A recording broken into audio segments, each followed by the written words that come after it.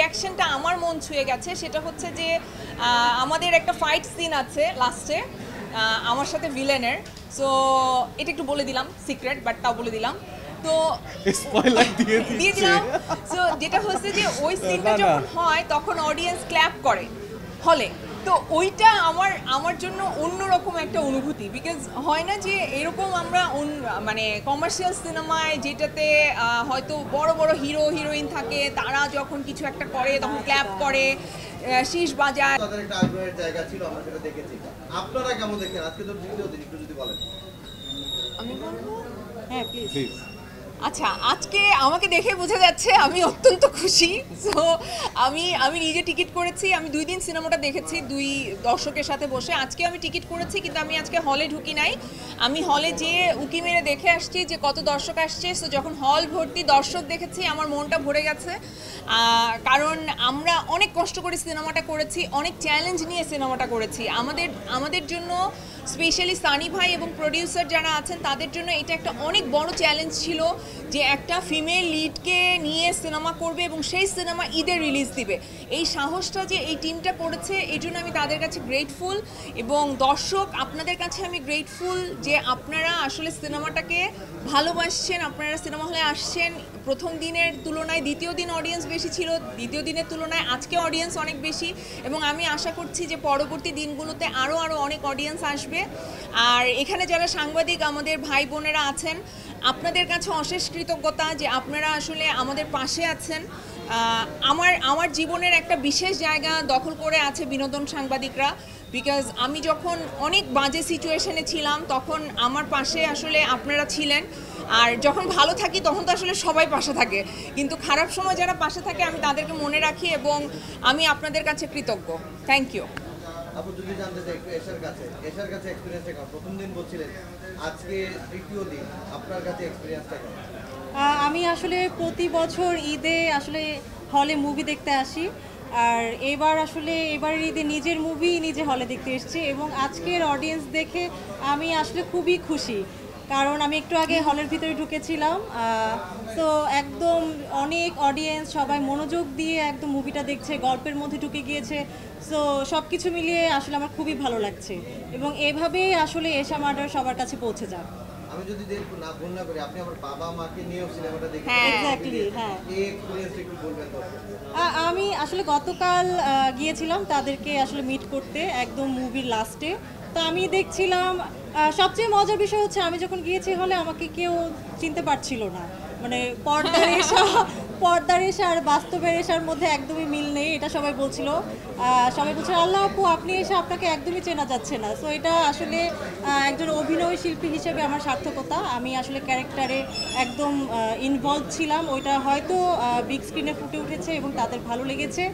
এই জন্যই আসলে তারা আমাকে পর্দার আমি এবং বাস্তবের আমি মিলাতে পারছিল না। আর মা বাবাকে আমি আসলে ভয়েই তাদেরকে নিয়ে যাইনি, তাদেরকে একা পাঠিয়ে দিয়েছিলাম।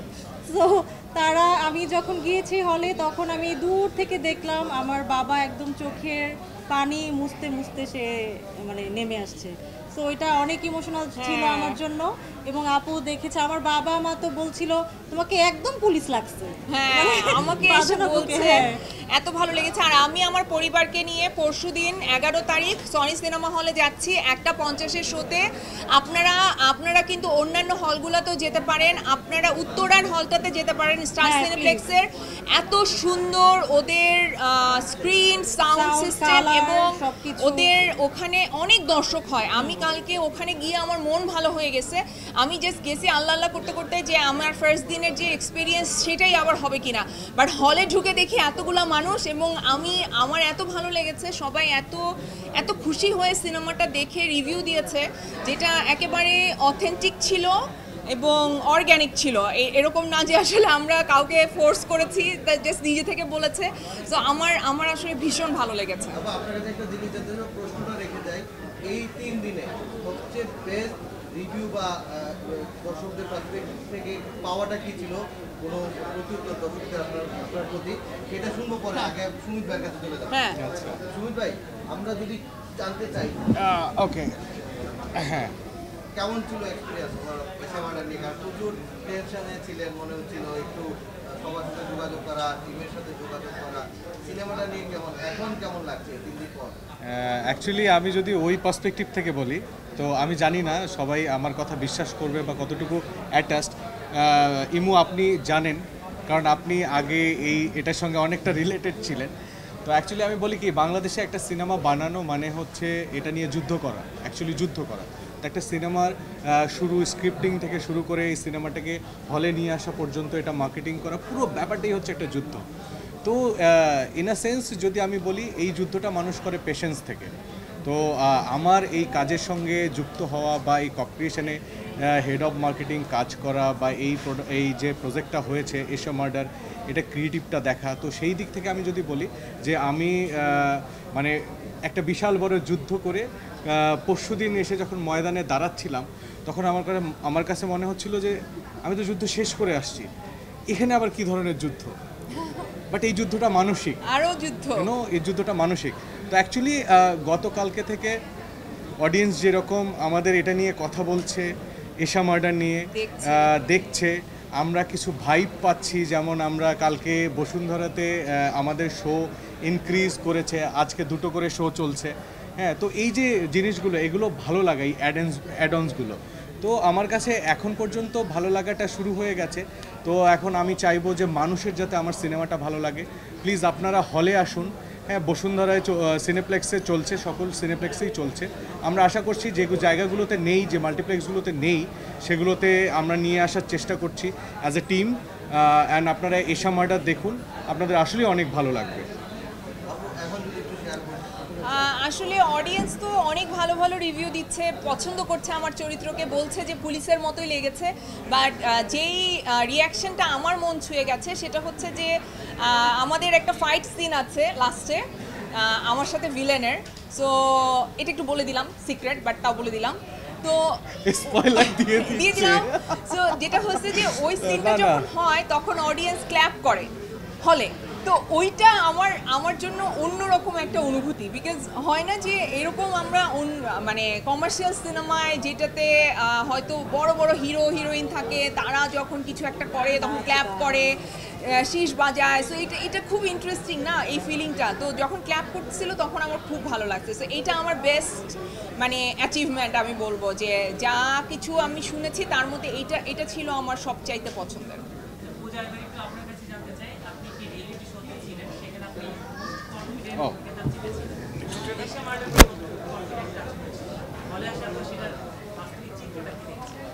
আচ্ছা, আমি লাক্সি ছিলাম 2018-তে, এরপরে আসলে 7 বছর কেটে গিয়েছে।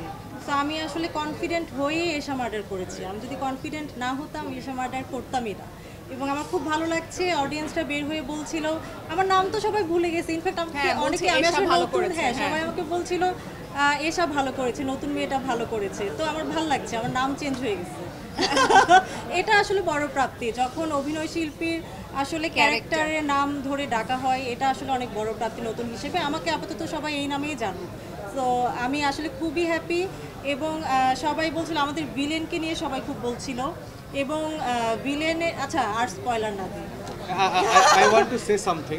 একটা জিনিস ছোট্ট করে বলি, আপনারা হয়তো সবাই আমাদের কাজদেরকে দেখছেন, আমাদের সিনেমা সম্পর্কে ভাইব পাচ্ছেন। তো আপনারা কি কখনো খেয়াল করেছেন যে আমাদের পলিসিতে আমরা আসলে নেগেটিভ রোলকে নিয়ে আসছি না? আপনারা কি কোথাও নক করেছে যে আমাদের বাইরে আরেকজন ক্যারেক্টার থাকতে পারে, যেই ক্যারেক্টারকে নিয়ে পুরো সিনেমাটা?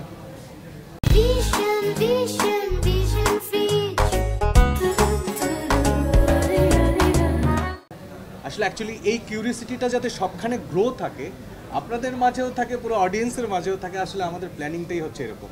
বাট আমি বলবো মাস্ট ওয়াচ। হ্যাঁ, ইন্ডাস্ট্রিতে আসলে নতুন একটা অ্যাক্টর আসতে যাচ্ছে, যারা আসলে অ্যাকচুয়ালি দেখেনি, ওনারা এখনও বুঝবে না যে আমাদের যে অ্যান্টাগনিস্ট সে কী প্লে করেছে। ঠিক আছে, কারণ হচ্ছে যে আমরা নিয়ে আসিনি ওনাকে কোনো ব্র্যান্ডিংয়ে নেই, মার্কেটিংয়ে নেই। ফর দিস রিজন উনি হয়তো ওরকম হচ্ছে না, বাট আমরা এটা আমাদের একটা স্ট্র্যাটেজি। তো আপনারা যারা হলে এসে দেখবেন, আমি মনে করি আপনারা সবাই ওনার অ্যাক্টিং পছন্দ করবেন। Yes, true. শক্তিমান অভিনেতারাও ছিলেন, দেখতে পেয়েছি শতাব্দী ওদের মতো অভিনেতা, মিশা সওদাগর, ফারুক ভাই, মতো অভিনেতা। এই মানুষগুলোর সাথে কাজের এক্সপিরিয়েন্সটা ওভারঅল হয়তো ভালো। আমি জানি যে পূজার জায়গা থেকে শিক্ষণীয় জায়গাটা কেমন ছিল? আচ্ছা, আমি বলতে চাই যে পূজা, আপনি এর আগেও বিভিন্ন জায়গায় আসলে বলেছেন, অনেকে আপনাকে জিজ্ঞেস করেছে যে যারা আপনার সঙ্গে অভিনয় করছে তারা তো ছোট পর্দায়ও প্রচুর অভিনয় করেছে, নিজেদেরকে একদম গল্প করে তুলেছে, সেই জায়গায় আপনি 7 বছর বিরতি দিয়ে কেন সিনেমায় আসার মতো একটা রিস্ক দিলেন, এই বিষয়টা কি? আসলে আমি কিন্তু 7 বছর বিরতিতে ছিলাম না। আমি কিন্তু মডেলিং করেছি এবং আমি র্যাম্পে ছিলাম, সো আমার রেগুলার কাজ করা হতো। এবং আমি প্রাচ্যনাটে ছিলাম, থিয়েটারে আমি অনেক বেশি সময় দিয়েছি, যেটা আমার কাজে লেগেছে। আমার কাছে মনে হয়েছে অ্যাক্টিংয়ে আসার আগে আসলে একটু পড়াশোনা করে আসতে হবে, যেন আমি সহজেই আমার ক্যারেক্টারকে ধারণ করতে পারি আমার মধ্যে। সো আমার অ্যাক্টিং, আমি কিন্তু একদম 7 বছর বসেছিলাম না। আমার পুরোটা সময় আমি র্যাম্প করেছি, মডেলিং করেছি, ফটোশ্যুট করেছি, টিভিসি করেছি। সো এগুলো করতে করতে আসলে 7 বছর কখন কেটে গেছে আমি জানিও না। এরপরে আসলে এই তো এসা মার্ডার করা। আর ভাইয়ের প্রশ্নটা কি ছিল? এই যে এতগুলো মানুষ গুণী মানুষ কাজ করছে, তাদের থেকে শেখার জায়গাটা কেমন? আচ্ছা, মজার বিষয় হচ্ছে থিয়েটারে আসলে পড়তে যাওয়ার আগে ওইখানে আসলে অ্যাডমিশন নেওয়া হয়। ওখানে মানে আমার সারাটা জীবন অ্যাডমিশন দিতে দিতে গেল, মানে সব জায়গায় পরীক্ষা দিতে হয়। সো ওইখানে আসলে শতাব্দী ওয়াদুদ্দা ছিল, উনি আসলে আমার একটা এক্সাম নিয়েছিল ভাইবা। তো ওই ভাইভাতে আসলে যারা পাস করে তাদেরকেই আসলে প্রাচ্যনাটে নেওয়া হয়। সো ওইখানে উনি আমার টিচার ছিল, উনি আমাদেরকে অনেকদিন ক্লাস করিয়েছেন। আরও অন্যান্য টিচাররাও ছিল, অ্যাক্টররা ছিল, আমাদের ক্লাস নিত। সো ওইখান থেকে আসলে অনেক কিছু শিখতে পেরেছি। আর আমার কাছে আসলে একদমই ভয় লাগেনি। মিশা সওদাগর ভাইয়া তো প্রথম দিন থেকে আমাকে বলছিল, শোনো এশা, এখানে কিন্তু তুমি এশা, তো এখানে তোমাকে অনেক ভালো করতে হবে। সো আমার খুবই ভালো লাগতো, উনি আসলে আমাকে খুবই ইন্সপায়ার করতো প্রথম দিন থেকে। এবং বাঁধন আপুর কথা আর কি বলবো, আমরা তো মানে ঘরের মানুষ। উনিও লাক্সে ছিল, ওনাদেরকে দেখে লাক্সে গিয়েছি আমি, এবং আমিও লাক্সের। তো আমার কাছে মনেই হয়নি উনি বাইরের কেউ, এবং উনি খুবই ফ্রেন্ডলি ছিল। আর এমনও হতো উনি যখন অ্যাক্টিং করতো, আমি মনিটরের সামনে বসে বসে দেখতাম উনি আসলে কি করে। সো এখান থেকে অনেক কিছু শিখেছি, আমার আসলে ভয় লাগেনি। কারণ আমি আসলে ছোট থেকেই নাচ গান করি, আমি গান শিখেছি 8 বছর। এটা আসলে আমার ফ্যামিলি সবাই অনেক অবাক হয়েছে যে সারা জীবন গান শিখে আসলে হঠাৎ করে কেন আমি অ্যাক্টিংয়ে বা লাগছে হঠাৎ করে, বাট হয়ে গেছে। তো আমার গান নিয়েও প্ল্যান আছে পরবর্তীতে, আগে একটু অভিনয়টা করে নিই। এবং বাদনাপুকে আপনি ফলো করতেন, তার কোনটি আপনি নিজের মধ্যে ঠিক করে নিলেন যে আপনি সেভাবে আসলে চলবেন, বা সেই রাস্তায় এখন চলবেন বাদনাপুর দেখা? বাঁধন আপুর কাছ থেকে অনেক কিছু শেখার আছে। উনি আসলে ক্যারেক্টারে এমনভাবে ইনভলভ হয়, ওইটা অনেক বড় কিছু শেখার জন্য একজন নতুন হিসেবে। কারণ আমি আসলে মঞ্চনাটক করেছি, ওইখানে আসলে সরাসরি ইন্টারাক্ট করতে হয় অডিয়েন্সের সাথে। তো ওই ভয়টা আমার নেই ক্যামেরার সামনে।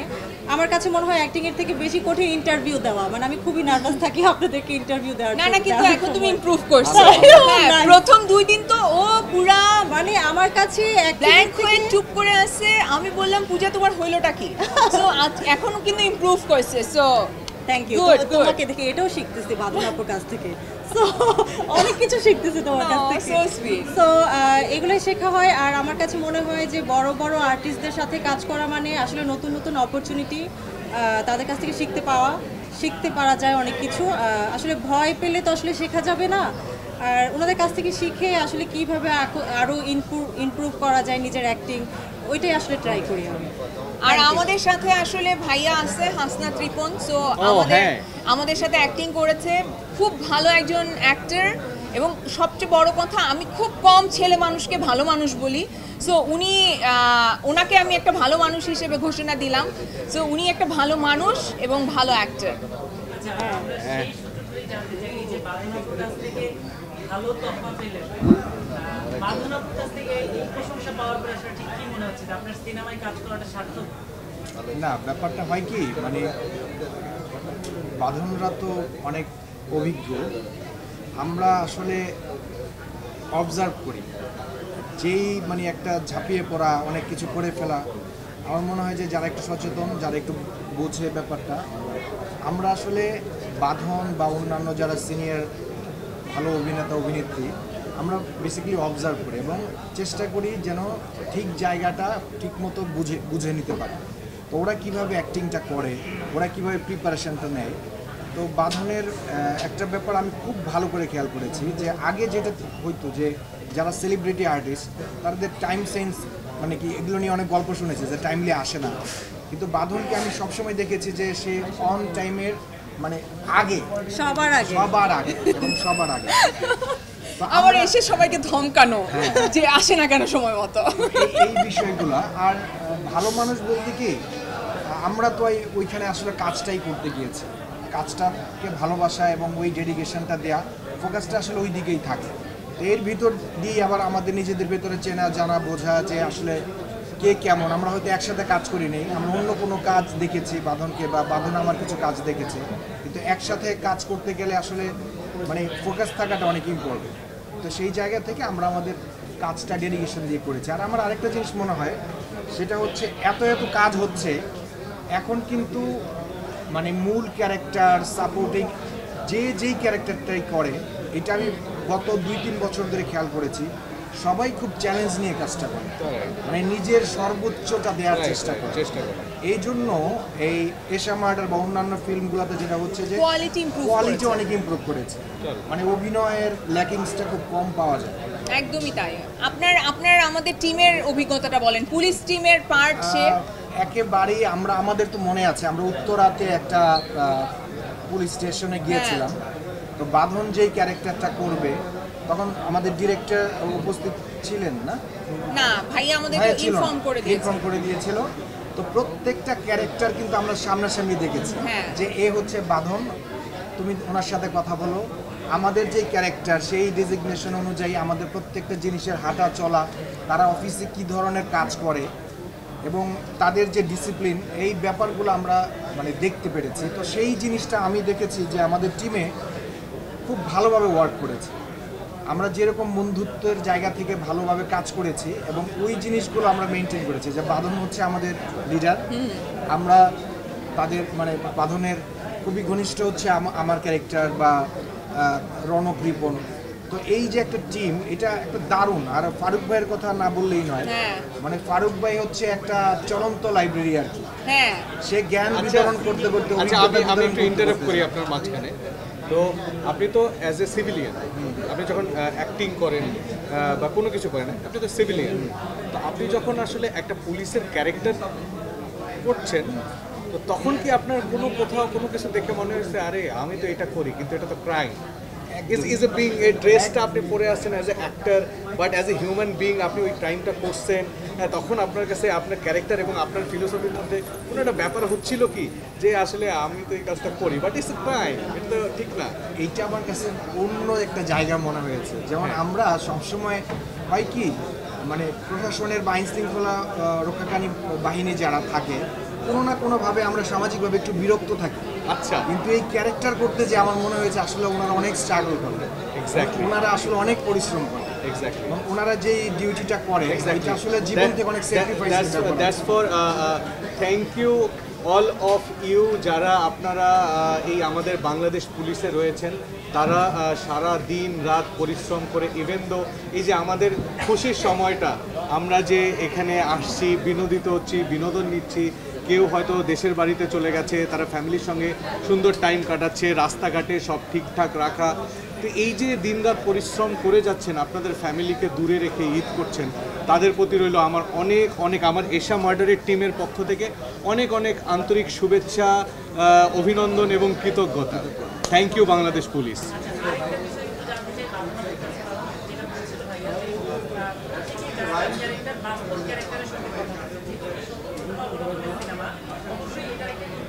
আমাদের সবার মধ্যে কাজ করে আমরা দেখতে চাই আসলে যে অফিসার আপনি যে অফিসারের ক্যারেক্টার প্লে করেছেন তার কাছ থেকে নিশ্চয়ই প্রতিক্রিয়া পেয়েছেন আসলে কতটুকু আপনি তাকে পর্দায় ফুটিয়ে তুলতে পেরেছেন, আপনার জন্য চ্যালেঞ্জিং আসলে কতটা ছিল? আমার জন্য আসলে আমি বললাম সানি সারোয়ার ভাই তো নিজে পুলিশ, সো উনি কিন্তু ওনার ক্যারেক্টারটাই আমার মাধ্যমে ফুটিয়ে তুলেছেন। সো যার জন্য আমার সুবিধা হয়েছে অনেক। আর যে লেডি অফিসারের সাথে আমি 3-4 দিন ঘোরাফেরা করেছি, আমি অনেক কিছু ইনপুট দিয়েছি এই সিনেমায় আমার ক্যারেক্টার নিয়ে, যে আমার শ্বশুর বাড়িটা কেমন হবে, আমার হাজব্যান্ড কেমন হবে। আমি অনস্ক্রিন দেখাতে চেয়েছি যে এই সমাজে সাপোর্টিভ হাজব্যান্ডও হয়, আমি দেখাতে চেয়েছি এই সমাজে সাপোর্টিভ শাশুড়ি থাকে, যে আসলে তার ছেলের ওয়াইফকে সাপোর্ট করে, যে সে তার চাকরিটা করতে পারবে বাট সে তার বাচ্চাটাকে টেক কেয়ার করবে। সো এই জিনিসগুলো আমি ইনপুট দিয়েছি, তখন সানি ভাই কিন্তু নিয়েছে। তো যেটা হয়েছে, যখন আমি লেডি অফিসারের সাথে দেখা করেছি, তো তখন তারা আমাকে বলেছে যে আপু, আমাকে সানি ভাই বলেছে যে আপনি এই ইনপুটগুলো দিয়েছেন, আপনি কি জানেন যে এগুলো কিন্তু আমাদের জীবনের গল্প। সো এই যে ওনার বলাটা যে এগুলো আমাদের জীবনের গল্প, আমার কাছে এইটা কিন্তু অনেক ভালো লেগেছে। আমার মনে হয়েছে যে আমি হয়তো মেয়েদের সাইকোলজি অনেক ভালো বুঝি এবং আমাদের সমাজ ব্যবস্থায় মেয়েদের যে অবস্থান সেটা কিছুটা হলে উপলব্ধি করতে পারি, এবং আমি স্ক্রিনে যতটা সম্ভব পজিটিভলি আসলে দেখাতে চাই আমাদের আশেপাশের সাপোর্ট সিস্টেমগুলোকে। আমি সানি ভাইয়ের কাছে কৃতজ্ঞ, আমার প্রডিউসার টিমের কাছে কৃতজ্ঞ যে যারা আমার ইনপুটগুলো আসলে নিয়েছে এবং বাস্তবায়ন করেছে। সিনেমায় আপনারা সেটার রিফ্লেকশন দেখতে পাবেন। আচ্ছা আপু, একদম শেষ প্রশ্ন, যেটা হচ্ছে এই যে বলছিলেন যে পুলিশ অফিসারদের কাছ থেকে তাদের গল্পগুলো শুনছিলেন, তাদের জীবনের ঘটনা। আসলে পুলিশ অফিসার বলুন, তারাও তো মানুষ। হ্যাঁ, আসলে তারা এই ধরনের ঘটনা বা এই ধরনের কেস যখন পায়, তারা ট্রমাটাইজড হয়ে যায়। একদমই ট্রমাটাইজড হয়ে যায়, বিকজ এটা তো সানি সারোয়ার ভাইয়ের নিজের গল্প।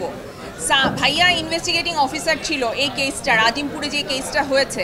সো সানি সারোয়ার ভাইকে আমি জিজ্ঞেস করেছি যে আসলে কি পুলিশ এত ইমোশনাল হয়ে যায়? তো তখন সানি ভাই বলেছে, বাঁধন আমি ছেলে হয়ে, মানে যেটা হয় আমাদের সমাজে কিন্তু ছেলেদের কান্না করা নিষেধ, এরকম একটা ট্যাবু আছে।